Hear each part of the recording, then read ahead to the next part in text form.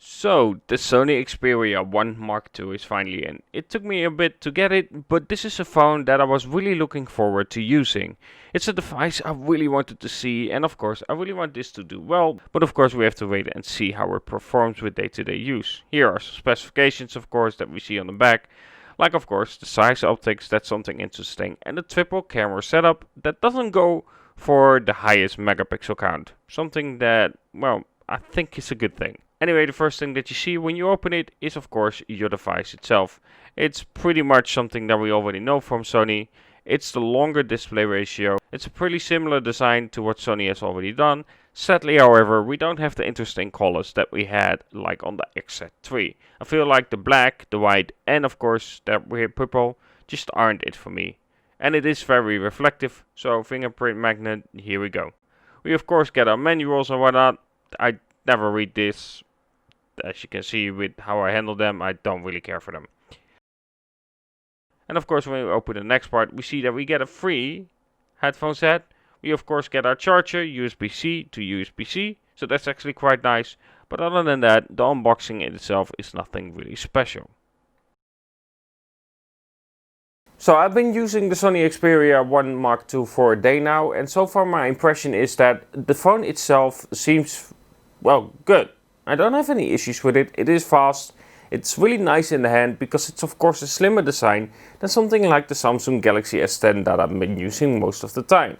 The Samsung is a bit of a wider design and this just has a tall display ratio. Now other phone companies are following that, but for myself with the Sony it just feels really well in the hand because it's easy to reach places compared to some other phones out there.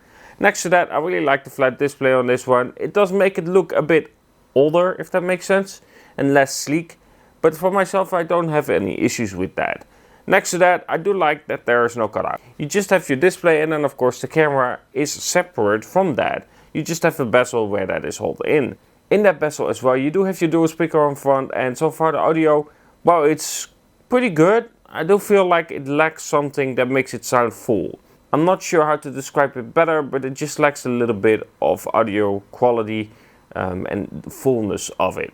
One thing that I can tell you though, if you want a point and shoot for low light, so far my experience is that this isn't it, but it can still take much better low light pictures than the Sony Xperia 1. Now of course I'm gonna test the device more. I feel like if you want a review you should at least use it for 1.5 weeks or 2. I don't feel like it's fair if I say okay, I used this for 3 days and now I think this of the device. It's not really something that allows you to get into the routine of the device itself. And I feel like I should give it more time to get a proper indication of what a phone does, how a phone performs in day-to-day use, like battery life, like the speakers, like of course having a headphone jack. It's so lovely, especially for people like me. I mean, a lot of people don't get it and say move along, move with new technology, but there's a reason for it. One, you need to charge Bluetooth.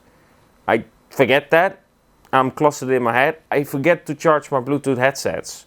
I just do. Every single time I do use it, I need to first charge it, so delay everything that I'm doing. I know people say, just charge it when you do it with your phone. It's different. This you got with you the whole time. Anyway, and next to that, in my car, I have actually a 3.5 plug, and having it then on your phone, it's just very useful. Anyway, I'm really pleased so far with the device itself, and I'm curious to see how this one really will perform in day-to-day use, using it a little bit longer than of course a day. That's really important for the review. Anyway, stay tuned, and of course, if you like this kind of content and you want to see the review and of course the camera shooter of this phone, don't forget to like and subscribe if you're not subscribed yet. If you are subscribed, then stay subscribed. Yeah, that.